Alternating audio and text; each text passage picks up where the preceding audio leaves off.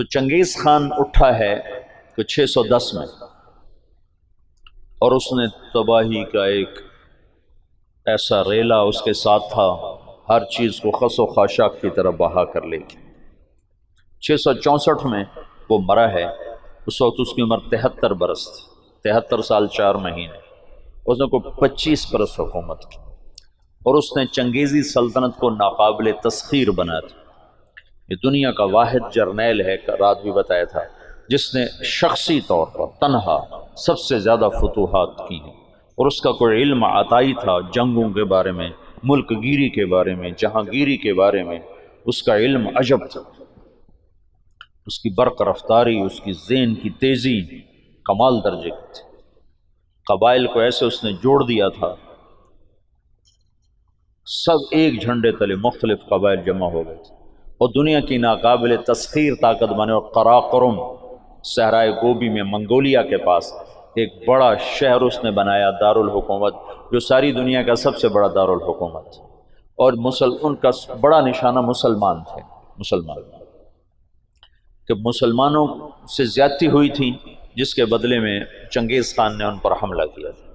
چنگیز خان کے مرنے پر اس کی سلطنت، اس کے 4 بیٹے تھے، بڑا جوجی تھا، جوجی کے بارے میں اسے شک تھا کہ یہ میرا بیٹا نہیں، کہ اس کی جب یہ چھوٹا سردار تھا تو اس نے بڑی شکستیں کھائیں، حتیٰ کہ اس کی بیوی اغوا ہو گئی، جب وہ واپس آئی تو حاملہ تھی، لیکن اس نے بورتائی خاتون اس کا نام تھا، اس نے ہمیشہ اس کو عزت دی، اور اس بیٹے کو اپنا ہی بیٹا سمجھا، اس کا نام جوجی۔ 3 بیٹے اس کے سامنے پیدا ہوئے، اغدائی اور چغتائی اور طولوئی۔ تو اس نے اغدائی کو اپنا جانشین بنایا، اور جوجی کو روس کی سلطنت دی، روس کی، اور چغتائی کو اس نے منگولیا کی طرف کا اور چین کی طرف کا علاقہ دیا، اور جو طولوئی تھا اس کو یہ نیچے آذربائیجان سے نیچے ایران اور یہ شام، یہ علاقے اس نے 4 حصوں میں اس نے اپنی سلطنت کو تقسیم کیا، اور اغدائی کو سب سے بڑا سردار بنایا۔ اغدائی کے دور میں فتوحات کا رخ مسلمانوں سے ہٹ کے یورپ کی طرف چلا گیا، تو ان کا ایک سالار تھا سبدائی بہادر، سبدائی، وہ پولینڈ تک پہنچا، پولینڈ تک، لیکن اس میں کوئی ایسی سلطنتیں تھیں نہیں، ایسی چرواہے سے بیچارے غریب لوگ، تو وہ پولینڈ تک اس نے چنگیزی سلطنت کو پھیلا دیا۔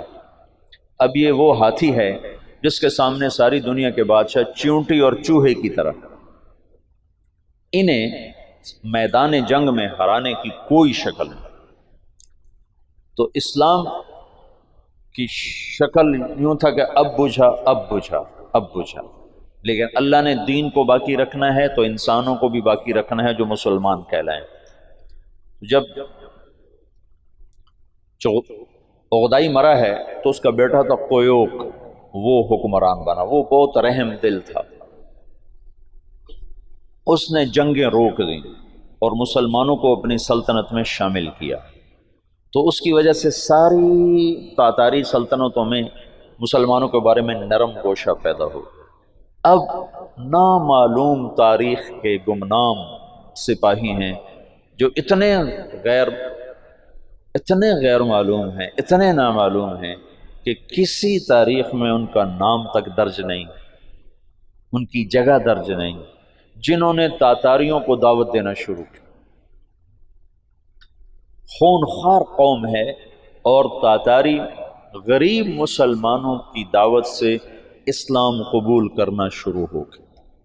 یہ تاریخ کا حیرت ناک واقعہ ہے، غیر مسلم مورخین بھی اور مسلم مورخین بھی جب یہاں پہنچتے ہیں تو وہ حیران ہوتے ہیں کہ کیسے ایک فاتح قوم نے مفتوح قوم کا مذہب کیسے قبول کر لیا۔ ہندوستان میں کوئی عیسائی نہیں تھا، آج کروڑوں ہیں، کہاں سے آئے؟ انگریزوں نے دعوت۔ اندلس سے سارے مسلمان مٹ گئے، سب عیسائی ہو گئے، کیسے؟ طاقت عیسائیوں کے ہاتھ میں تھی۔ تو یہ ایک عجب واقعہ ہو رہا ہے کہ طاقت جن کے ہاتھ میں ہے وہ اسلام کے سب سے بڑے دشمن ہیں، اور اسلام اور مسلمان ان کے لیے سب سے مبغوض چیز ہے، اور پھر وہ انہی کا کلمہ پڑھتے جا رہے ہیں۔ یہ 7ویں صدی میں ہو چکا ہے۔ آج کا چنگیز کسی اور شکل میں ہے، کسی اور نام کے ساتھ ہے۔ آج کا ہلاکو کسی اور شکل میں ہے، کسی اور نام کے ساتھ ہے، لیکن آج بھی وہی ہوگا جو 7ویں صدی میں ہو چکا ہے۔ ہم ان کو سیاسی میدان میں، جنگی میدان میں شکست نہیں دے سکتے۔ کہ وہ سائنس ٹیکنالوجی میں وہاں پہنچ چکے ہیں جہاں ہم اور جنم لے کر بھی نہیں پہنچ سکتے، لیکن ایک راستہ ہمارے پاس پڑا ہے، ہم ان کو دعوت دیں۔ اس وقت فرانس میں اوسط 5 سے 6 گورے روزانہ مسلمان ہو رہے ہیں، اوسطاً 5 سے 6 گورے روزانہ مسلمان، اور فرانس یورپ میں سب سے زیادہ اسلام قبول کرنے والا ملک بن چکا ہے، اور اس کے بعد اٹلی سب سے زیادہ تیزی کے ساتھ اسلام میں آ رہا ہے، اور پوری دنیا میں امریکہ میں سب سے زیادہ اسلام پھیل رہا ہے۔ دعوت ایسی چیز ہے جو چیونٹی سے ہاتھی کو مروا دیتی۔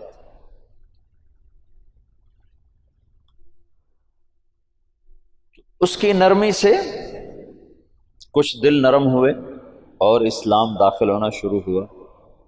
تو کویوک جب مرا ہے تو اس کا بعد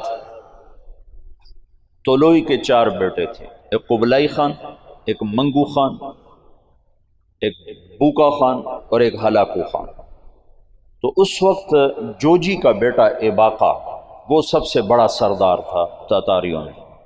تو انہوں نے مشورہ کیا کہ اب ہم کس کو اپنا خاقان بنائیں، تو ایباقا نے منگو خان کے بارے میں کہا کہ اس کو اپنا خاقان بناؤ۔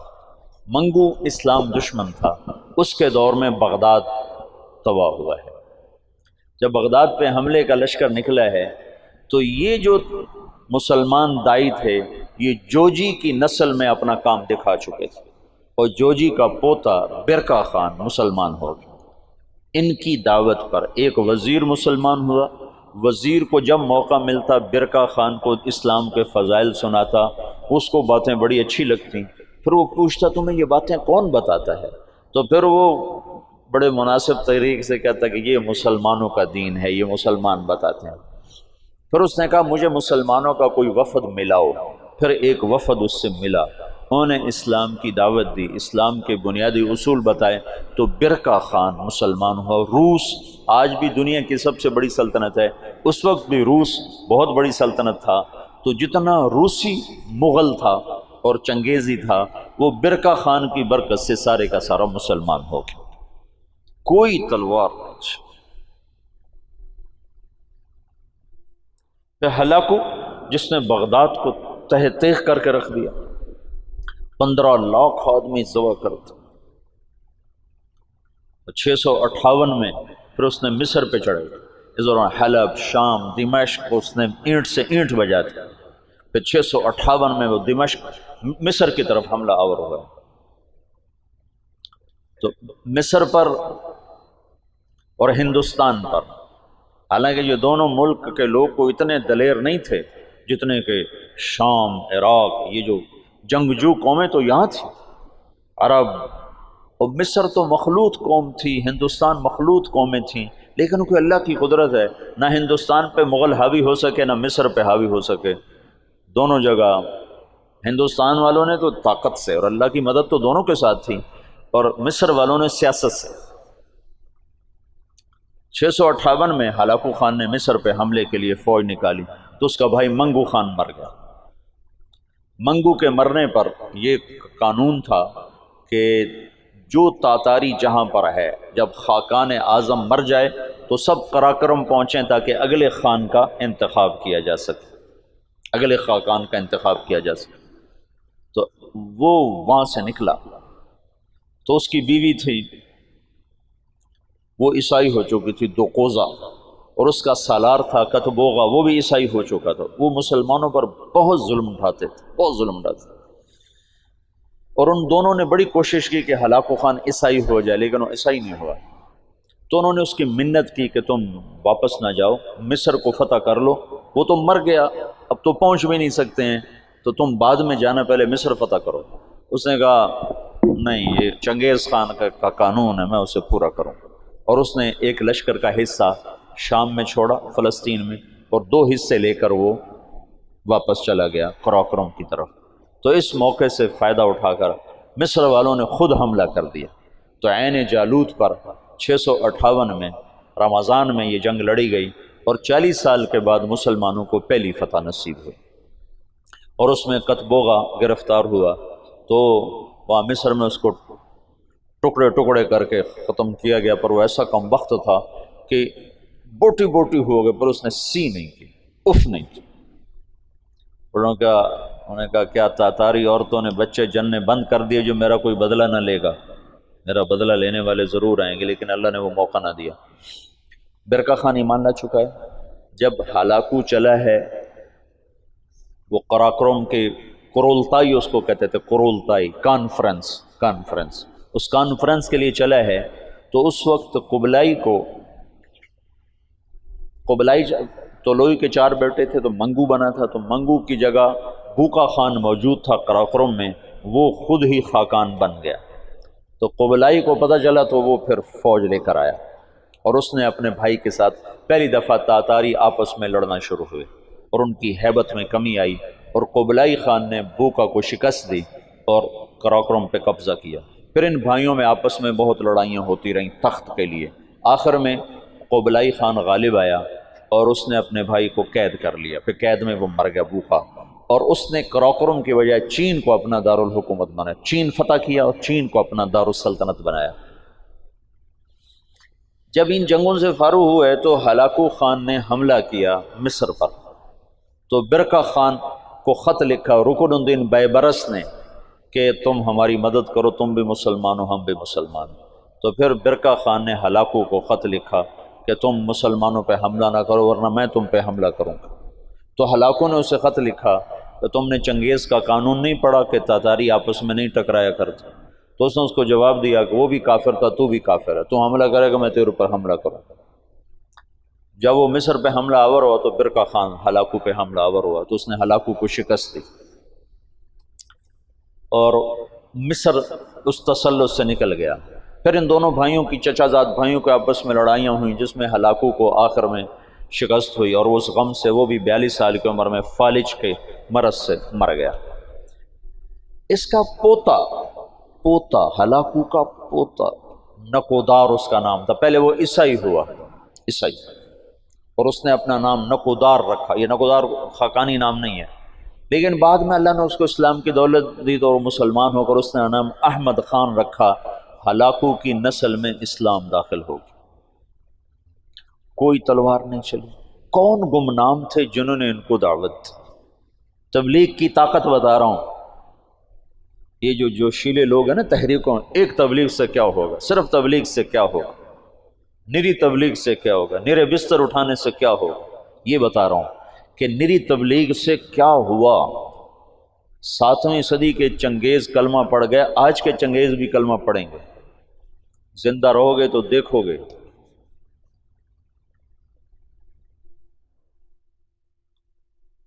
پیچھے صرف ایک نسل قبلائی کی نسل چین نکل گئی، وہ محروم ہوئے اسلام سے، ورنہ باقی ساری نسل چنگیز چغتائی رہ گیا۔ چغتائی کا پڑپوتا تیمور تغلق، وہ جلال الدین رحمت اللہ علیہ کے ہاتھوں متاثر ہوا اسلام سے،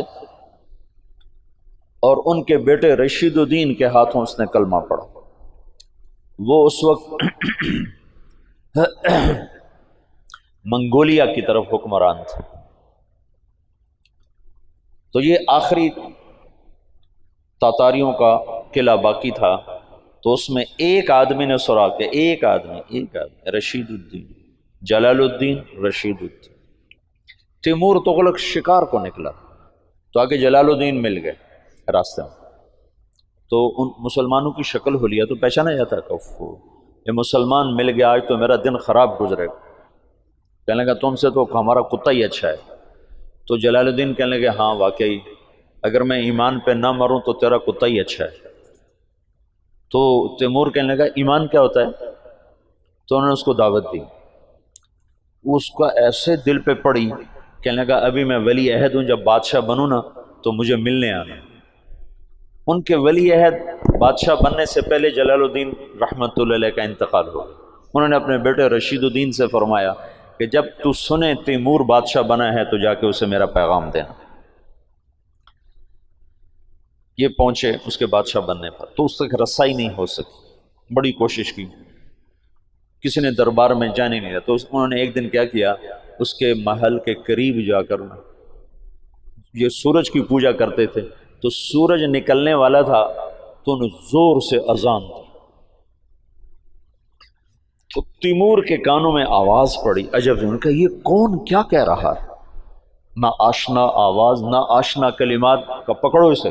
تو پکڑ کے لایا گیا تو پتہ چلا کہ تو رشید الدین صاحب ہیں، جلال الدین کے بیٹے ہیں۔ انہوں نے دعوت دی، اس نے کلمہ پڑھا، اس نے اپنے وزراء کو بلایا کہ میں مسلمان ہو چکا ہوں، تم میرے ساتھ کلمہ پڑھو، وہ بھی مسلمان ہو۔ پھر اس نے اپنے سالار کو بلایا کہ میں مسلمان ہو چکا ہوں، تم بھی مسلمان ہو۔ اس نے کہا یہ میرے غلام سے لڑائی لڑے، کشتی کرے، اگر یہ اس کو گرا دے تو میں کلمہ پڑھ لوں گا۔ تو تیمور نے کہا تم دلائل سنو، تم کشتی کو اسلام کے ساتھ کیا جوڑتے ہو؟ انہوں نے کہا میں لڑائی کی دلیل جانتا ہوں، اس کے علاوہ کوئی دلیل جانتا نہیں۔ اس کے غلام کا نام تھا جراش، اور وہ کیا بلا تھی، وہ 5 سالہ اونٹ کو جو بیٹھا ہوتا تھا اس کو دونوں ہاتھوں پہ اٹھا کر یوں لے جاتا تھا۔ 5 سال کے اونٹ کو، تم سے یہ سلیپنگ بیگ نہیں اٹھائے جاتے 5 سالوں۔ اب اس کے ساتھ رشید الدین صاحب کیا لڑیں گے؟ تو انہوں نے کہا نہیں میں لڑوں گا انشاءاللہ، کشتی کروں گا کل اس کے ساتھ۔ اگلے دن سارا شہر اکٹھا ہو گیا، انہوں نے رات کو اللہ سے بات کر لی، جو تو نے ان کو ایمان دینا ہے تو مجھے جتا دے، نہیں دینا تو میں اس کے سامنے کچھ بھی نہیں۔ تو اگلے دن وہ بڑا اکڑتا ہوا اور ہنستا ہوا میدان میں اترا، جو گئی آگے ماڑکو سے وہ ہاتھی سا، تو جب دونوں آمنے سامنے ہوئے تو انہوں نے اس کے قریب جا کر ایک ہلکا سا اس کے سینے پر اللہ اکبر یوں ایک مکہ مارا، اللہ اکبر، تو وہ 4 کلابازیاں کھا کے زمین پہ گرا، دڑل دڑل دڑل دڑ بوجھا گرا۔ تو سارا مجمع حیران پریشان ہو گیا۔ تو اس کے سالار نے کہا مان گیا، اسلام میں طاقت ہے، اسلام میں طاقت، کلمہ پڑھا دو۔ اس تیمور کی قبر پر آج بھی لکھا ہوا ہے یہ وہ بادشاہ ہے جس کے ہاتھ 10 لاکھ انسان مسلمان ہوئے، 10 لاکھ۔ نہ وہ شیخ المشائخ ہیں، نہ وہ کوئی صوفیاء میں سے، نہ کوئی علماء میں سے، اور اس کے پیچھے دعوت ہے کمزور انسان کی۔ اور کچھ عرصے کے بعد سوائے قبلائی کی نسل کے باقی ساری تاتاری قوم مسلمان ہو چکی تھی۔